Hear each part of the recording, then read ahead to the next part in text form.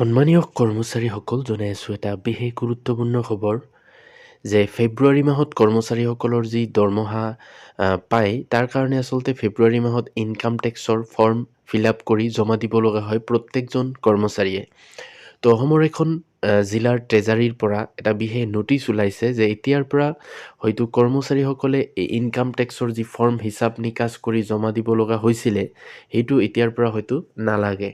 কাৰণ যদি প্ৰত্যেকজন কৰ্মচাৰীয়ে এই ইনকাম টেক্সৰ ফৰ্ম জমা নিদিয়ে তেতিয়া এজন DDOৰ আণ্ডাৰত যিমানবিলাক কৰ্মচাৰী থাকে তেওঁলোকক দৰমহা দিয়াৰ ক্ষেত্ৰত অসুবিধা হয় আৰু যাৰ বাবে ফেব্ৰুৱাৰী মাহৰ দৰমহা পাওঁতে পলম হৈছিলে। এতিয়াৰ পৰা বহু সংখ্যক কৰ্মচাৰীৰ ক্ষেত্ৰতে ইনকাম টেক্সৰ ফৰ্মটো জমা দিব নালাগে। আৰু কিয় জমা দিব নালাগে, এখন ট্ৰেজাৰীৰ অফিচৰ পৰা এটা বিশেষ নটিচ ওলাইছে। আপোনালোকে শেষলৈকে চাওক, তেতিয়া সম্পূৰ্ণ কথাখিনি ভালকে গম পাব।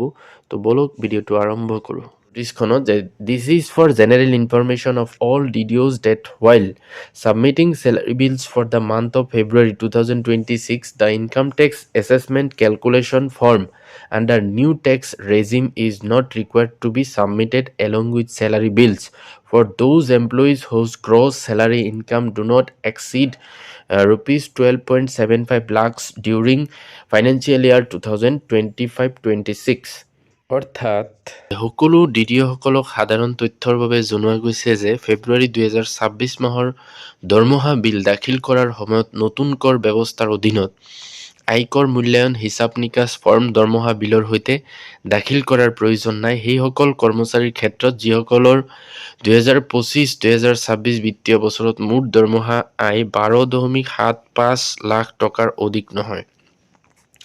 অৰ্থাৎ DDOসকলক জনাইছে যে যিসকল কৰ্মচাৰীৰ দৰমহা 2025-26 বৰ্ষত 12.75 লাখতকৈ বেছি নহয় তেওঁলোকৰ ক্ষেত্ৰত যি নতুন কৰ আইনৰ কাৰণে যি ফৰ্ম আছে বা হিচাপ নিকাচ ফৰ্ম আছে সেইকেইটা দৰমহাৰ বিলৰ সৈতে দাখিল কৰিব নালাগে।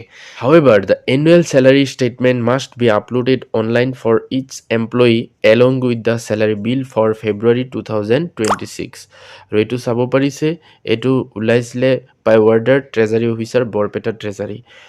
আৰু কি কৰিব লাগিব চাওক, কিন্তু ফেব্ৰুৱাৰী 2026 মাহৰ দৰমহা বিলৰ সৈতে প্ৰতিজন কৰ্মচাৰীৰ বাৰ্ষিক দৰমহা বিবৃতি অনলাইনত আপলোড কৰাটো বাধ্যতামূলক। কিন্তু কৰ্মচাৰী এজনৰ যি বছৰেকত তেওঁৰ যি দৰমহা পালে সেইখিনিৰ মুঠ হিচাপটো অনলাইনত আপলোড কৰিব লাগিব, কিন্তু তেওঁলোকৰ যি ইনকাম টেক্সৰ যিটো ফৰ্ম সেইটো মানে দিয়াৰ দৰকাৰ নাই। তো এইখিনি আছিলে গুৰুত্বপূৰ্ণ খবৰ। Thank U.